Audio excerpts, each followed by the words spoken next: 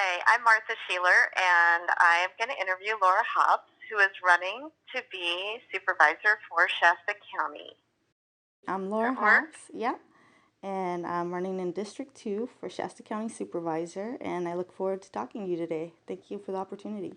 I have a background in microbiology. I got my PhD in microbiology many years ago, and for the last 10 years I've been a stay-at-home mom.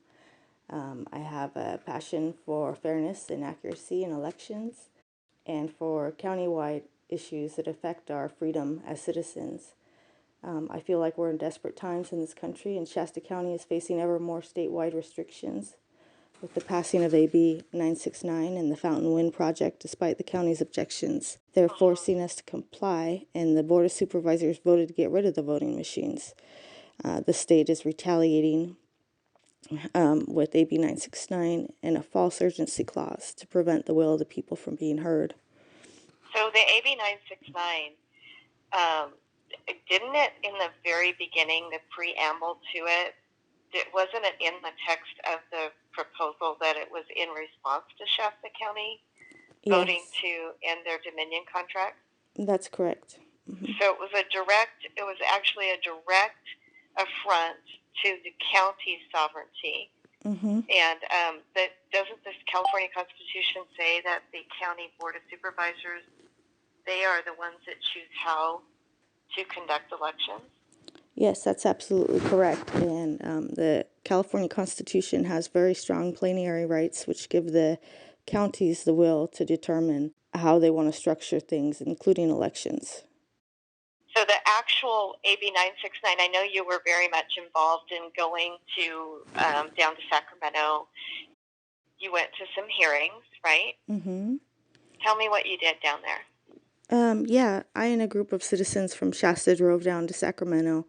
They had a meeting on July 3rd, the day before Independence Day, and then none of the higher-ranking officials showed up. It was just the low-ranking staff, and they listened to our concerns, but they went forward with draft regulations that would basically take away our rights for hand counting. And didn't they do the regulations before they had actually passed AB 969? Yes, that's correct. They did the regulations, I believe it was towards the end of July and beginning of August, and then it passed in mid-September. And it was like 36 pages maybe of regulations, and it was like 2 sentences. At that time, AB 969 was only a short 2 or 3 sentence law, right? That's right. You cannot write regulations without an enabling law. So you can't just write 36 pages of new regulations that the law doesn't say those regulations. But the Secretary of State had already written these regulations in anticipation of this law being passed as an urgency statute, right? That's correct. So it was supposed to be immediately passed. It was supposed to go into effect immediately, and as an urgency statute, it's not subject to referendum. So the people had no recourse to stop it. And it was a 3-sentence law. The whole plan was there's a 3-sentence law, and we're going to have 36 pages of regulations that are an extension of draconian policies to keep us from being able to count ballots by hand, right? That's correct. Yeah. And interestingly, one of the regulations they added was that the ROV's office must serialize all the ballots, and they wanted to move it to batches of 25 and then give everyone a unique serial number. But in fact, there's already a unique serial number on each of the ballots at the bottom of the page. So when the ROV understood that this law was passed, decided she was going to do machine counting regardless of what the county wanted, she did not serialize the ballots like she had described she was going to do. This would be the Registrar of Voters, Kathy Darling Allen, who went on record in her official capacity as the Registrar of Voters for Shasta County in support of AB 969. She is actually literally listed as one of the supporters. Is that right? That's correct. So, and she works at the supervision of the Board of Supervisors, because the Board of Supervisors, by California Constitution, they have the authority. They are the They are the ones to decide how elections are conducted, and she is to do what they say. Is that right? That's correct. Her job, she said, she's in the executive capacity, and she is an elected official, but because the Board of Supervisors has that authority, she has to do what they say. And yet, she drove down to Sacramento. Did she drive down to Sacramento? Or did she send somebody else? She sent Joanna. She sent who? Joanna, her the deputy ROV. Okay, so Joanna's the one that worked with Orange County to simulate that hand counting of ballots would cost millions of dollars. Is that who that was? That's okay. correct. So tell me about that. Well, that number is highly exaggerated. If you go to our website, www.shastaelectionnews.org, you could find some more realistic estimates done by Chris Street, who estimated it would be about $1.85 a ballot, as well as Linda Rance.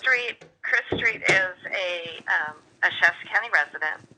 Yes. But he's also well known for being a forensic accountant. Is that right? That's correct. Yes, he and did. He has a really impressive resume. And I remember listening to him. He was on an interview on Poke the Hornet's Nest, and he talked about some stuff that's going on up here. That isn't it a little alarming to think that we have this thing we call a Republican form of government based on the Constitution of the United States, which was,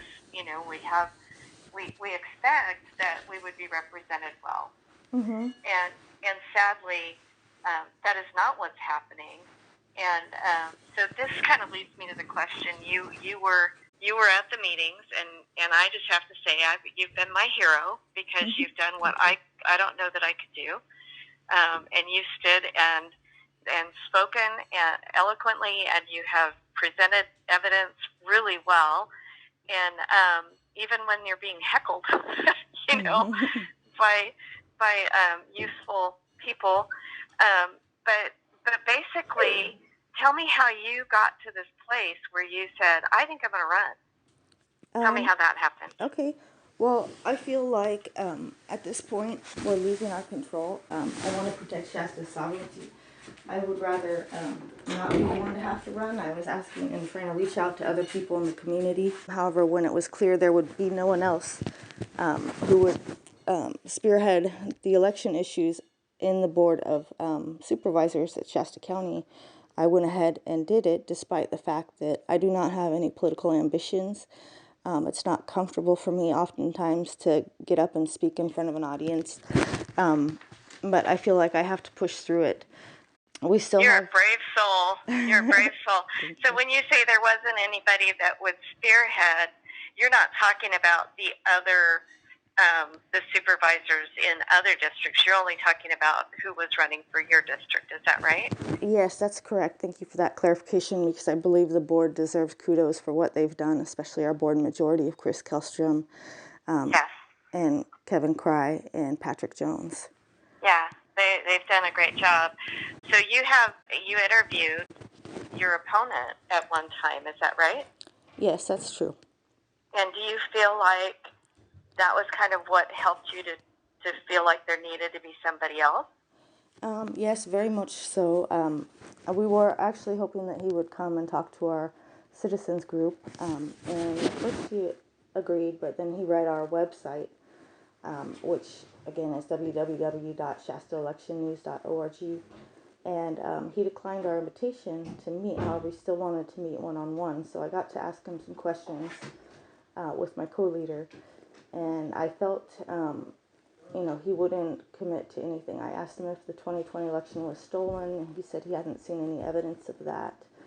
I asked him if I'm sorry. I'm sorry. I just giggled a little, just because it's kind of like, well, you weren't looking, because if you didn't see any evidence of it, you just aren't looking, and that's willful at this point. Yep. So, especially in this county, it's like you weren't looking. So, okay, that's all I have to say about that. Yeah, and I did send him my report to the sheriff. outlining all of the elections which looked like they have computer manipulation, and he did not reply to my email, but other than to say thank you. So he's didn't have the intellectual curiosity to investigate, to dig in further, and to find out, and to actually, bravely stand up for the people of Shasta County. It was a similar response for the other questions I asked him. Like, are you a constitutionalist? He would say, well, it depends on what you mean by constitutionalist. Whoa. Yeah. That's that's interesting answer. Yeah. Well, it's funny because I actually asked Wynn Carpenter that question.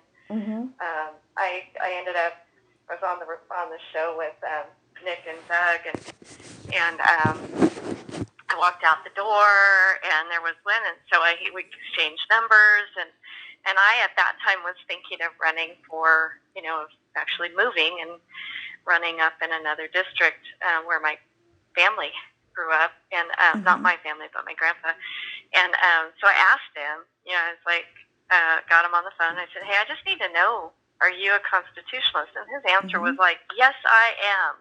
There was no hesitancy to answer that question. Yes. It's just an interesting answer. So I like Wynn. Me too. Absolutely.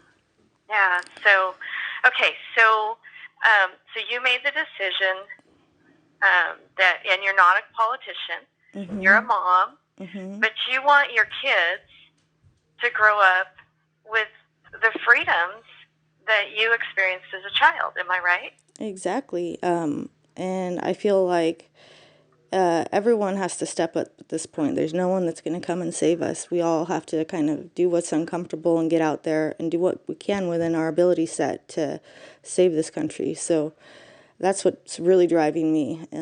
I feel like I need to do this for my children's future and for everyone else's future in Shasta County. Well, on behalf of my grandchildren, I appreciate this very much, that you're willing to take brave, just every time you've taken the steps, walk up to the podium. That all by itself has been impressive. So, okay, so you know a lot about elections. You apparently know a lot about biology. So there's all these other things that counties do. And I don't want to catch you off guard because I know we expected to talk about elections. But tell me what you've observed, because you've been at a lot of meetings. And you've sat there for, 8, 10 hours? Week after week after week. So do you feel like it's been like a classroom for you to listen to all of the proposals for all the other departments? Absolutely. I witnessed, I think it was in May or June of last year, the budgetary hearings, and they went on for a couple days, and they basically just rubber stamped everything. There was no line item process. They didn't go through anything in detail. And so, like, for instance, the ROV just assembled a wrought iron fence in the ROV's office on Market Street.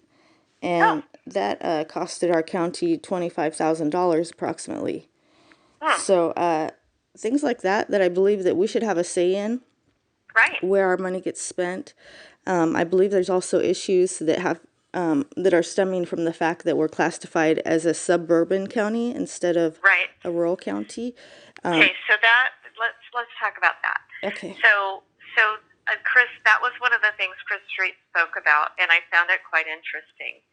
That what he had said was that there were grants and like quite a bit of money that were available to Shasta County as a rural county. That because who decided to not be a rural county anymore? Who made that choice? Well, I think they decided that as a board. So that would be the prior board. That would be the prior board. Yep. Okay. And I believe it happened, in 2006, 7, in that era. I'm still looking to get the paperwork, but I feel that we need to, and I feel qualified as someone who's done a lot of research in the past, looking at scientific articles, to actually get the documents and find out what's been done, why, and how we can make it better. Right. So what I heard was that the county by designating our county, which as a suburban county. There's no, we're not suburban. There's no urban, right? By classifying our county as a suburban county, it bumped up the administrative salaries and their retirement. Yes, exactly. So, but it cut the funds that came in through all of these. Because if we were a rural county, we had all kinds of grant money that could come in. So there's a lack of money that we need. I don't know if you've noticed or not, but our county needs money to operate our county. It gets more and more expensive every year, right? But on top of that, we have challenges, incredible challenges, and so we kind of need. And my heart is the Health and Human Services for the foster kids and people like that. So, and I have special needs grandkids that need services. And so we have this thing where we have the county that gets rid of those funds, and yet they bump their salaries up. And then there was this, Chris Street was talking about how they had an average of 300 vacancies in the clerical area, in the lower salaries, right? So who's not working? The people that are processing the paperwork to get counseling for abuse victims, children that have been abused. It's the people that are processing the paperwork that needs to be processed in our bureaucratic government in order for the least of these, the people who need it most. And who benefited from this? The people at the top tier. Right. And then they go and retire, and they just buffered their retirement. And as far as I can tell, these supervisors who chose to designate this county as a suburban county, they all got to retire, and they bumped their retirement up by doing that. Am I right? That's correct as far as I know. I'm still waiting on some documents to verify. Okay. But absolutely, and I feel like there is a lack of services at the lower levels that we need to be realistic about. And for instance, the labor issue that came up about 4 or 5 months ago, if they had more employees working those lower level positions, even if they couldn't pay each one more individually, their workload would be a lot lighter, and the services to the county would be, above standard. Right. So we have a problem that it's probably the only one of many. But we do have a problem, and I don't know what the remedy is for that. That appears to be corrupt, doesn't it? Yeah. So you have a concern about that. So what other things have you seen at meetings that you're concerned about? One thing I witnessed was the water rights issues, which happened to the Knighton residents in southern Reading. What happened was their water supplies got extremely low, and instead of bolstering their supplies, the county water board sold the rights to the remaining water resources. They sold it, and so the people had to actually either vacate their house or buy private water. And I believe this should never happen in a county like ours, where we have bountiful water reserves. Yes, it doesn't seem as though there's this due process, right? Yeah. Like there has to be some sense that our community owns that water. We as taxpayers who pay taxes own that water, not some board.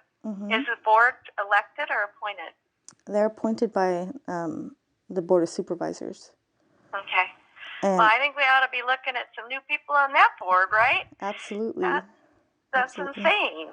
Yeah. So I know we had people in Happy Valley that were facing all these water restrictions while they, the Clear Creek Water District. There were people in Bella Vista that were having these issues. So water's a big deal. And so what else did you see? Well, I think it just comes back to our sovereignty. The state needs to stop stepping on us. Basically, it's a tyrannical government that's taking away more than it's actually giving us. And the water rights is just one example of that. Right. But I am concerned with homelessness. We all saw what Gavin Newsom did when he cleared the streets of San Francisco for his Chinese friends. It's not funny. I'm laughing. It's not funny. It's not funny for the person who's been on the streets and has had to suffer, or the businesses that own. I mean, there's a multifaceted problem there. And Absolutely. It's my feeling that Gavin Newsom didn't need any new laws to do what he did. He simply decided to enforce the laws that were already on the books. exactly. So we decided as a county a long time ago that public camping was not okay in our county. And what I Right. want to know is, why aren't these laws being enforced? Right. The sheriffs all over are kind of sick and tired of watching these pet projects and watching these, hey, let's designate this county and get rid of all the rural grants. And I think they get tired of that. But at the same time, they have a job to do. And so they get, law enforcement by nature, they have to choose between one thing and another. And they have to choose the battles they can win. And if they don't choose well, their guys die. Right? Yes, and I feel like it's not really a problem with rank and file. I think there's something higher up going on. There's an established hierarchy in all law enforcement that must be respected, and I wonder where they are getting their orders from. Is there a problem with the space and employment needed to lock people up in our prisons? Absolutely, and I want to dig into that too. So I think that if people, do the crime, they need to do the time. And I think consistent and swift justice is an effective crime deterrent. And I'm seeing that not just here in Shasta, but statewide and nationally, where they're not enforcing these laws anymore. And everyone's suffering because of it. Well, and I think, you can get to the Second Amendment consideration as well. Places where people are allowed to defend themselves. It's amazing how deterring that can be. And you see your mass shootings they usually happen in gun-free zones and stuff. And I'm grateful that we have a sheriff that is friendly to the Second Amendment. I'm a strong proponent of the Second Amendment right to bear arms. It takes courage to go up against the limitations that have been pressed upon us, but I feel the Constitution protects our rights as citizens to keep and bear arms, and we have to have a fair and transparent election as well, so that we can protect all of those other rights, such as to keep and bear arms. So the elections is the pillar of our freedom as Americans. We must be able to self-govern. It really is. Our representation in California, the state representation, we have Brian Daly, who represents 10 counties, right? I mean, how can each county should have their own representation, because the nature of each county is unique. It has its own flavor. And we have different cultures. I mean, if you go between Trinity County and Siskiyou County and Modoc County and Shasta County, you're going to see different kinds of people, and they're unique because of the geography. And we have to be represented, right, by people that represent the concerns that are natural concerns for our area. And so you stand in that place where you want to represent the unique people of your district. And your district goes how far? It goes as far south as Gervan, and then west of the 273, it encompasses a little bit of Happy Valley, and it goes all the way up to Igo Ono, and straight on up to Keswick, actually. But yeah, so it's southern. That's a unique area as well. And it's people who live out and away. They want to be out and away, right? People who live in little neighborhoods with a fence between them and the next person, and they have their stuff and they have their stuff. That's a different type of community, and so it's important for those communities to be represented, because they have you've got people that have got cattle over thousands of acres, right? I mean, I've actually been up there. A good friend of my husband's runs cattle on thousands of acres up there, and they face predators. They have to make sure that their livestock have what they need. They have to be able to maintain their land in a functional way. And that's a section of that. Their representation is important, but in a way, they kind of want to be left alone. Yeah, absolutely. And so you need to have somebody on the board that gets that they want to be left alone, and Mm-hmm. that they have unique needs. And so, I'm just glad you're running. Thanks. I think it was probably the best idea you ever had. Thank you. So, well, we should probably wrap this up. So tell me we're going to talk again, right? Mm-hmm. We'll just do this from time to time. But tell me, if you were just to say, as a closing, let's just say you're making your case to your voters, why would they vote for you? Because I'm a fighter and I'm going to fight for Shasta County. I'm not going to give up. And, at this point, a lot of people have lost hope, and I'm not somebody who's going to just turn belly up and give up. So I feel like we still have a lot on our side, our inalienable rights granted to us by God and the Constitution. And it's my objective to use these laws to defend Shasta's sovereignty. I'm a good listener. I can hear people's concerns and research them and act accordingly. So I feel like I'm ready to serve the people of District 2, and I see this as a public service, not as a step in the ladder to political career. I don't want a political career, so. Right. That's what makes you perfect. Because it used to be it was just the barber or the farmer. Those were our legislators in the past. It wasn't their career. It was what they did because they cared and they loved their country. Exactly. And I'm getting that. I've gotten that vibe from you since the day we met. So, thanks. Well, thank you, Laura. Thank you so much, Martha. I really appreciate the interview. I want to let people know we're having a town hall on December 2nd, and that's going to be at the Reading Public Library between 3 and 5 p.m. this Saturday. And we also will be having future town halls. You can find it all on my website, which is votelaurahobbs.com, and that's up and running currently. So votelaurahobbs.com. All right. Well, God bless you. Thank you. God bless you so much, and thank you for this talk.